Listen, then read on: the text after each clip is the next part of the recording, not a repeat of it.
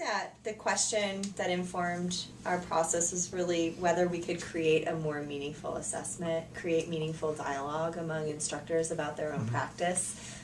We had an assessment in place that the number one complaint that it received is that it wasn't authentic, and instructors felt that they were being made to jump through a hoop and they weren't necessarily learning anything from that process. So we wanted to assess student learning, but also give instructors a chance to engage in some meaningful dialogue. Okay. And one way to ensure that the process is relatively authentic is to actually take the step, which I think we did, is we went to the instructors first and find it out from them what they value in their classrooms, what they, besides their content matter, what are they trying to teach to their students. So instead of administrators coming to them and saying, this is what we're going to do, this is what we're going to measure, we started the other way around by asking the instructors, what do they want to measure, what do they value, what do they find interesting about the teaching and learning process. We asked instructors to reflect upon the process of introducing these, again, selected classroom assessment techniques in their classes. So we identified specific CATs. We created a menu of CATs for instructors to choose from. Asked instructors to utilize these CATs during the course of the semester. We didn't prescribe how, when, why. Just mix this stuff in a kind of organic way as you see fit. But we did ask instructors to then reflect upon that practice of introducing these CATs and what results they got back from their students and what changes, if any, would they make based upon that feedback they're getting from their students. So we got, I don't know how many pages of reflective writing from instructors themselves. We then we took that stack of pages, read them all, and then coded for, did a kind of qualitative analysis of the data, and coded for various themes, and came up with a handful of themes that were instructors across the board were repeating. Some of those themes, won't go through them all, but they included surprise and confirmation. 40% of our instructors received feedback from students about their instruction, assignments, or learning that cut across the grain of the instructor's expectation. I mean, instructors found out they were providing a venue and then hearing back from their students things they didn't expect to hear. On the other side of that, a significant percent of instructors were getting feedback that confirmed things that the instructor thought was going well in the class, and in fact it was going well. So sort of two sides of a coin there.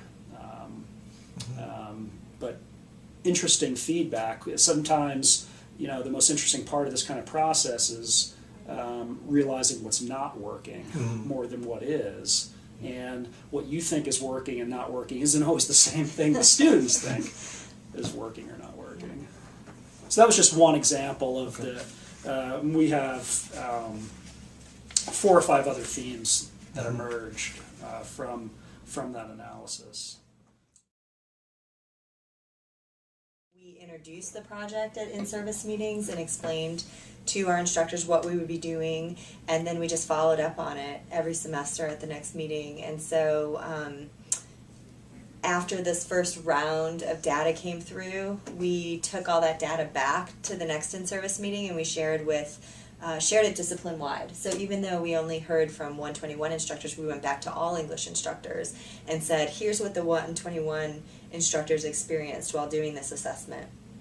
And we read from their reflection papers, and we had them talk with other instructors about how that went, and that goes back to what Blair said at the beginning about creating a culture of assessment and trying to encourage all of our instructors to get on board and do this kind of thing in their own classrooms.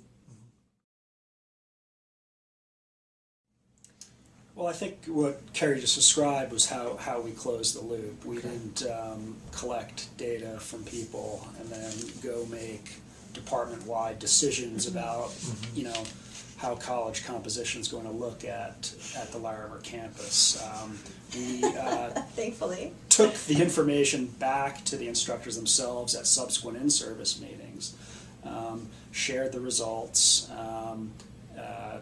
encouraged a discussion, had a discussion about the results, the feedback, and at the same time expanded the scope of the project. So in subsequent semesters, we moved this same model to English 090, and this year we've brought English 122 on board. So every year we're continuing the conversation, adding more and more people into the mix in a greater number, cross-section of our offering.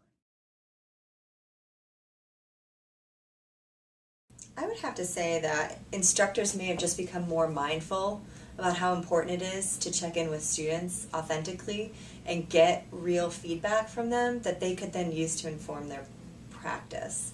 I think the rut that a lot of instructors fall into is just believing that what we're doing works and asking a generic question like, does this make sense to our students, or do you get it? And the students all just give the obligatory nod, like, yeah, absolutely. And what these techniques, I think, forced instructors to do is to find more realistic ways to get genuine feedback from students about what their experience was, and to then have to make sense of that feedback and do something with it and address it in the classroom, which is really sort of a gift that we're giving to the students because we're involving them in that process of building the class. So We like gifts. we like gifts. Yeah, I think it